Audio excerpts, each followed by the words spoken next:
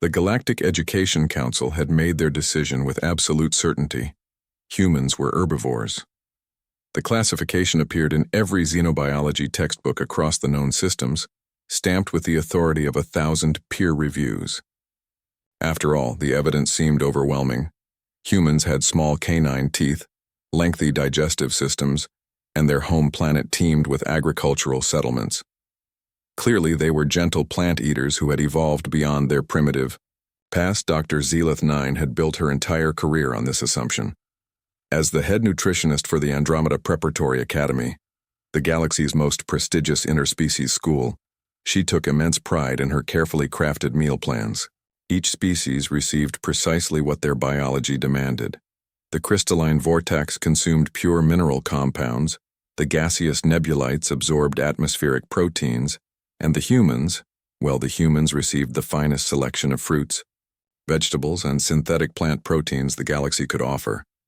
It was a Tuesday when everything changed. Marcus Chen, a 16-year-old human exchange student from Earth's eastern sector, sat in the Academy's grand dining hall surrounded by his alien classmates. The massive chamber buzzed with the sounds of a dozen different species, the clicking of mantoid mandibles, the harmonic humming of the songbird collective, and the wet slapping of aquarian feeding appendages. Marcus poked at his plate with growing frustration, watching the pale green nutrition cubes wobble like disappointed gelatin. "This is supposed to be protein?" he muttered to his tablemate, a young Zentaurian named Clix, whose 3 eyes blinked in sympathetic confusion. "The nutritionist assures us it contains all amino acids required for human sustenance," Clix replied, his translator rendering his subsonic growls into standard galactic. "Perhaps your taste receptors are malfunctioning." Marcus was about to respond when chaos erupted 3 tables over. A massive Carnox, one of the galaxy's apex predators, had apparently received the wrong meal delivery. Instead of its usual live prey, a confused kitchen drone had deposited a squealing glorbeast directly onto the communal table. The pig-like creature, roughly the size of a small earth cow, scrambled across the surface, sending trays and students scattering in all directions. What happened next would become the stuff of legend. While every other species either fled or froze in terror, Marcus Chen did something unprecedented. His human instincts kicked in with startling clarity. He didn't see a dangerous situation. He saw dinner. Rising from his chair with fluid grace, Marcus grabbed a standard-issue plasma cutter from the emergency kit on the wall. The tool was designed for breaking through hull breaches, but in Marcus's hands it became something else entirely. With movements that seemed almost ritualistic, he approached the panicked glorbeast. The dining hall fell silent. Even the Carnox stopped mid-roar, its 6 nostrils flaring with curiosity. Marcus made precise cuts, his technique speaking of generations of inherited knowledge. The glorbeast's squealing ceased instantly. A mercy kill performed with surprising gentleness. Then, to the absolute horror and fascination of his audience, Marcus began to systematically butcher the creature. Dr. Zelith 9 burst through the dining hall doors, just as Marcus was kindling a small fire using the plasma cutter and some decorative vegetation from the center displays. The glorbeast's meat sizzled and popped over the flames, filling the air with an aroma that made several species gag, while others, surprisingly, found their mouths watering. "Student Chen," Dr. Zelith 9's voice cracked across her vocal cords. What are you doing?"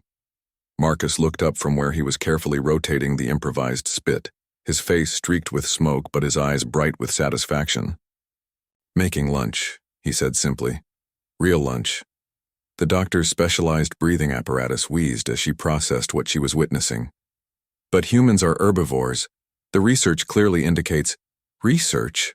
Marcus laughed, a sound that somehow managed to be both warm and terrifying to the assembled aliens. "Lady, my species didn't claw its way to the top of Earth's food chain by eating salad." As if to prove his point, Marcus tore off a piece of the perfectly cooked meat and bit into it with obvious relish. The sound of his teeth tearing through, the flesh echoed in the stunned silence like a thunderclap. Clix, who had been watching with growing amazement, suddenly spoke up. "Wait, those pointed teeth in your mouth, they're not for crushing vegetation, are they?" Marcus grinned, revealing his canines in all their modest but unmistakably carnivorous glory. Canines. We've got them in front for a reason.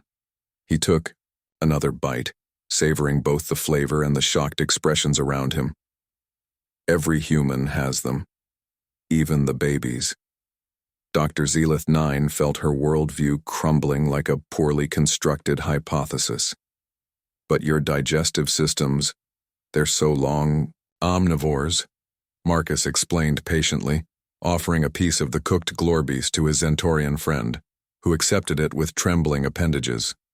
We eat everything, plants, animals, whatever we can catch, grow, or create. It's what made us survivors. As word spread through the Academy's communication networks, xenobiologists across the galaxy began frantically reviewing their research. The implications were staggering. If humans could consume both plant and animal matter, if they could kill and process their own food with such casual efficiency, then what else had they gotten wrong about these supposedly gentle creatures? Marcus finished his impromptu meal while fielding questions from increasingly fascinated classmates. The Karnoks, apparently impressed by the display, offered to share its own prey in future meals. The Aquarians inquired about human fishing techniques. Even the peaceful Florians seemed intrigued by humanity's dual nature. Dr. Zelith 9 stood in the corner, frantically updating her nutrition databases while watching Marcus Chen, this supposedly harmless herbivore, demonstrate the ancient human art of sharing food with his community. The cooked glorbeast disappeared quickly, distributed among curious alien palates with the kind of generous hospitality that had always puzzled other species about humans. As the dining hall slowly returned to its normal chaos, Marcus wiped his hands clean and smiled at Dr. Zelith 9. Thanks for the vegetables, Doc, but next time maybe add some variety to the menu.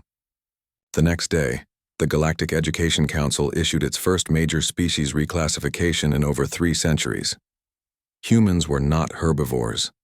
They were something far more remarkable and terrifying. They were omnivores who had chosen, most of the time, to be civilized about it. Marcus Chen had unknowingly sparked a revolution in xenobiology with nothing more than a school lunch. And somewhere in the back of every alien mind was the same chilling realization. If humans could do this to their food, what exactly were they capable of doing to their enemies?